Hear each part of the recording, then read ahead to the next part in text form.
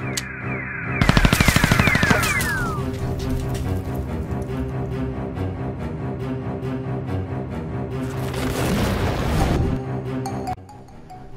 what is going on guys, it's Cryptic TMG and I'm back with a brand new video. This time it's the AOR GT3 Elite Season 8 Round 2 at Spa. And yeah, this is a race that I wasn't particularly looking forward to because the Audi just wasn't good round here.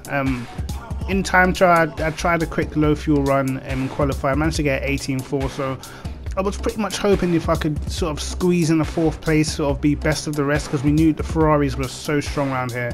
And pretty much any car that had a turbo engine, it's going to be tough to really get past them. So for me, it was all about trying to secure 4th place if I could and pick up any crumbs if any of the leaders made mistakes. But obviously it didn't go to plan, and yeah, qualifying just ended up just terrible. So this was my first run in quali, and pretty much it just started going downhill right from the beginning. And yeah, I probably need to practice qualifying more.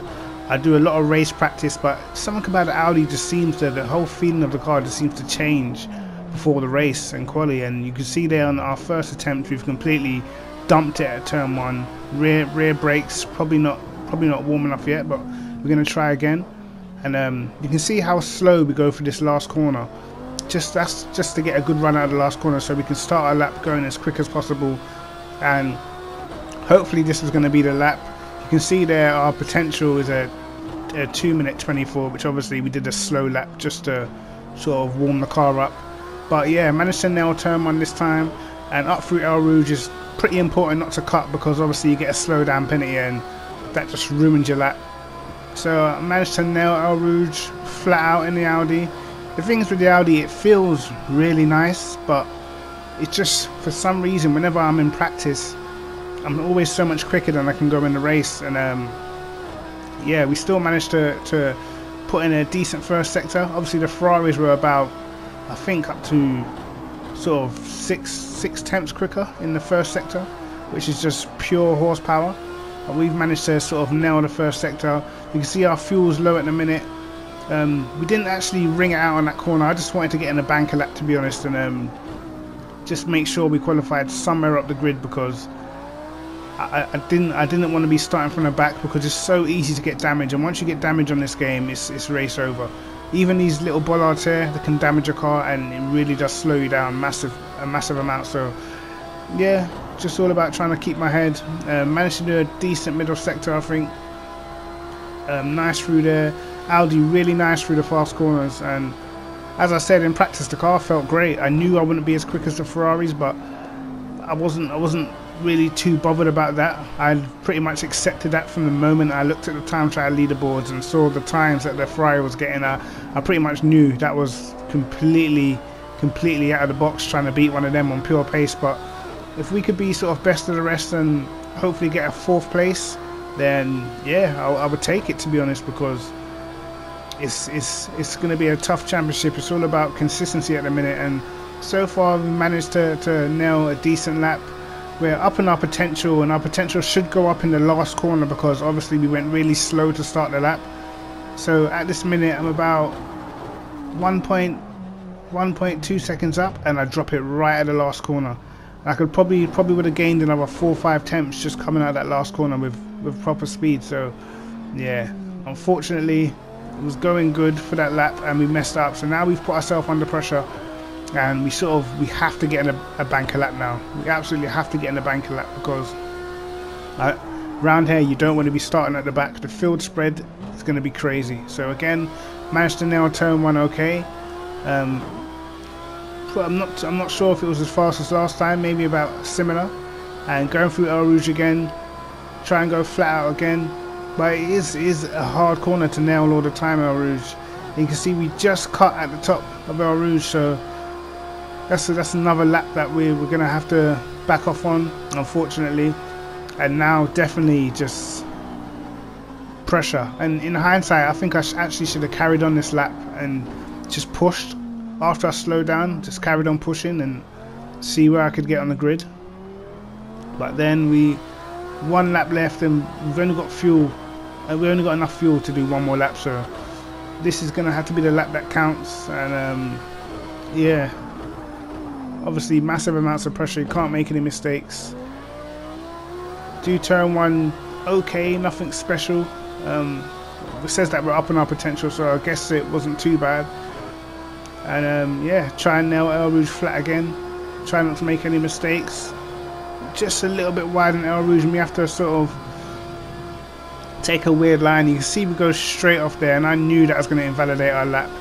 And after that, it was pretty much over. We tried to slow down and carry on, but the slow down warning just never came off the screen. So in the end, unfortunately, we ended up qualifying 13th, and I was just thinking in my head, I don't think I'm getting 4th from here because we're so far back. The field spread's going to be crazy. I'm going to have to really drive slow to make sure I get no damage. And if I do get damage, it's going to be race over. On such a track that's all about straight line speed, it's really going to be a tough battle if I do receive any damage. So, got to be really careful at the start.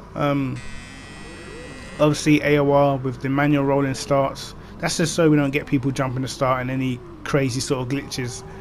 But, yeah, very disappointed in my quality. Can't believe I bottled it so badly. All clear. And yeah, probably think I was on for probably about an 18.6 or something like that, which I would have been happy with. It probably would have put me in 4th place. But yeah, unfortunately, it just never worked out. So starting at the back, I don't think I've started this far back since season 4 at Hockenheim, when I hit an invisible wall on Project Cars 1, and I had to fight my way back through that day. So I mean, it wasn't all over. Try and fight my way back through, and you can see Sisu Voma, I think his name is, he gets pole position and he gets away at the front, gets a good run. And yeah, CJ right in his tail. Carl dropped back to 4th place. You can see us, we're just trying to make sure we don't get damaged. And yeah, and we're racing another Audi, so we know we're going to be pretty similar down the straights. And I just didn't want to get any damage. I was going to be very, very wary going through this section. I didn't expect him to brake there, so we end up running wide, just not to have contact with the car side by side of us. So going down the straight now, you see CJ at the front's got a great run. CJ pulls out, and CJ managed to take the lead at the start of the race. And for us, we needed to start making our own overtakes, because being stuck at the back of the grid is not sort of what I planned or envisaged for this race. But you can see us now. I think we're behind Walgreen, and someone's made a mistake there. We're in 11th place at the moment, so we managed to gain 2 positions at the start of the race, and we get a good run on Walgreen here. We're going to chuck it up the inside, and he gives us room. So that's us up into 10th place now, and pretty much just trying to hustle the car as much as we can in the early stages, try and make as many places as we can right at the beginning of the race, just to give ourselves more of a chance at the end. But now we're behind C. Fogarty, so we're going to try and sort of keep up through this middle sector and see how close we can get before the straight at the end, and hopefully make another position. You see we're getting loads of time going through that corner, but it is quite hard to follow cars when you're tucked right underneath a car. It's quite hard to follow. You get sort of that sort of understeer effect when you're in a dirty air. So yeah, I pretty much knew I'm going to just try and get a good run coming off of the second to last corner before the chicane. But you see us having to brake early just in case we don't hit the back of these guys and pick up damage. That would just make us super slow down the straight. Managed to get a decent run, but obviously he's in the slipstream of the Ferrari in front. And at this point I was a bit surprised that some of the guys in the Ferrari, that they weren't really pulling away the way I would expect down the straight. And I think maybe it's more of a setup issue, because when I was practicing with CJ and Carl, they were so fast down the straights, it was ridiculous. But Fogarty brakes seriously early, and we just sort of go on the brakes and just sort of run it around the outside. He broke so early, it just gave us a chance to make up a position, and he ends up going straight into the pit lane. So yeah, we managed to make up another position up into 9th place now, and now we're behind the Ferraris, and we've got to see how hard or how tough it is to overtake these guys down the straight, because as I said before, I'm sort of expecting these guys to be really hard to get down the straights, unless they've just sort of not knowing how to set the car up properly for this circuit, because they're so fast down the straight. I think a lot of the problem is people in the Ferrari, they're not too sure where to shift, and in the Ferrari you got to shift pretty early, so that's how you get the maximum torque out of the engine. And you can even see there just pulling away. I know we messed up El Rouge a little bit, but you can see that the pace down the straight they have is it's pretty much a joke. So we're gonna have to stay quite tight to them going towards the straights and see if we can sort of pick somebody off. But they managed to make up a position on VP Phoenix there, as I think they must have had a little bit of contact, and that's up into 8th position now. But you can see us, we're already massively behind the leaders. Lap 3 and it's already sort of 12 and a half seconds. So yeah, that's never gonna, we're never gonna make that time back up. But all we can do is try and sort of go as quick as we can, try and get up to that 4th place where I envisaged I probably would finish before the race, barring any mistakes. And obviously messing up the qualifying has just made it so much harder now. So getting a good run on, is it Javi? I think his name is. Getting a good run through the middle sector here. The Audi was pretty much quick through the middle, and I noticed he hits a bollard, so he definitely picked up damage going through there. So that was my chance sort of down the straights. I know that would have slowed him down a bit, because the bollards give you about 6% damage, and yeah, it was all about just trying to stay close. So now you can see us in the slipstream. He's not pulling away, so I knew he had damage. So we pretty much just pull up alongside him and see how much slower that's made him down the straight. It's crazy. But he's still not inside. We're on the outside. Come on to Blanchimont. And yeah, we have to let off. We go off the track. So I let him go back past because obviously I've overtaken him off the track. But this is just costing us more time. So we need to sort of try and make clean overtakes without getting into any incidents. And yeah, stuck behind him again, and hopefully we can get him going down the straight, the Kemmel straight, and need to get a good run out of La Source. Oh, we brake early just not to hit the back of him. As I said before, when you're racing against people that you're not really sure about or you haven't raced before, I tend to brake a little bit early just in case they brake and catch me out. So as we catch up to the back of him towards the end of the Kemmel straight, didn't manage to get past him for some reason down the straight. So we just got to sort of wait for our next opportunity and make sure we stay as close as possible. But we actually lose out a little bit in the middle sector. Quite hard to push behind cars when you're in the Audi. You seem to get affected quite badly by dirty air, but it wasn't that bad at Imola. But the fast corners at Spa just seems to be terrible. But he makes a mistake, gets on the curb and ends up dropping it, and that promotes us up to 7th place, and we're a few seconds behind the next guy, which I think is Beer Taco. I was seriously struggling with these names in AOR in a minute. But you can see here we get a slowdown penalty, which we didn't even slow down. I think it was on the run onto the back straight, and we get a 1 second penalty added to our race time. So that's something we're going to have to bear in mind at the end of the race. If there's anyone right behind us, we're going to have to make sure we've pulled out a 1 second gap. So obviously that's made it our job just a little bit harder, but shouldn't be too much of a problem. But we keep plodding along, keep closing the gaps down, and we end up catching up to Sapo, who I believe must have made a mistake somewhere, because he was running up in 4th place, I think it was. I'm not too sure. I'm sure he was running up in 4th place. We also managed to get past Bear Taco, who I think made a mistake, and yeah, that let us through. So not going too bad. Only a couple of positions behind our predicted finishing, or what I predicted for myself before the race. So it's not going too bad. Managed a decent recovery drive at the moment, and you can see Sapo just runs a little bit wide going through El Rouge, and just look at the amount of momentum he loses, and that lets us through on the left hand side going down the Kemmel straight. And yeah, up another position into 5th, and we're about 10 seconds behind Kung Jarnix at the moment. So we're gonna have to stay pretty consistent, trying to close that gap down. We've got about 19 laps to do so. So if we stay consistent, not make any mistakes, then maybe we can close that gap down.